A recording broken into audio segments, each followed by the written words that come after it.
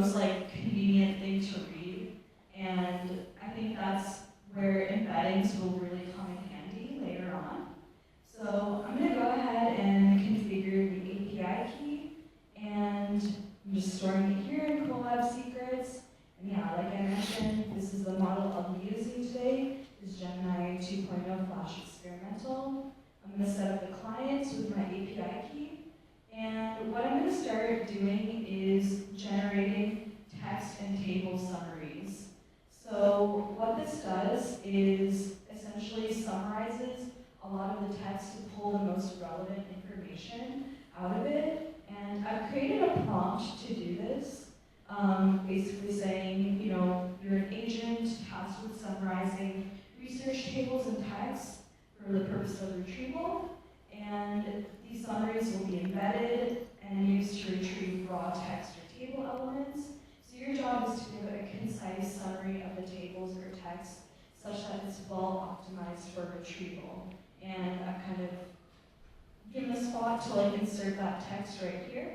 So I go ahead and use this function to do it. And the key function I'm using in here is generate content. And I also want to point out that with Gemini 2.0, the SDK to call the model has changed a bit, and this is done in order to match Vertex AI a bit better. So like the cloud tool and the developer tool are both using the same function call at this point. So that's also a new introduction in Gemini 2.0 and how you use it. So essentially, yeah, this is how I call the model, and I'm passing in the model name, which I've specified here, and I'm passing in a prompt, and I'm going to access the text or the summary by using response.text. So I go ahead and generate the summaries for the text and the tables, and as you can see here, the summarized text is a lot more readable, I think, than the original text. So you can kind of, again, see that one capability of generate content. You can see like its summarization capabilities.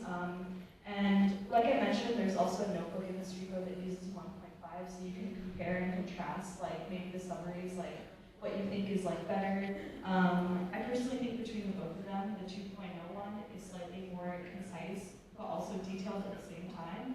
But that's just my personal opinion. After using Gemini 2.0, I think like just one time over the last couple days. And I've also done the same thing with the table.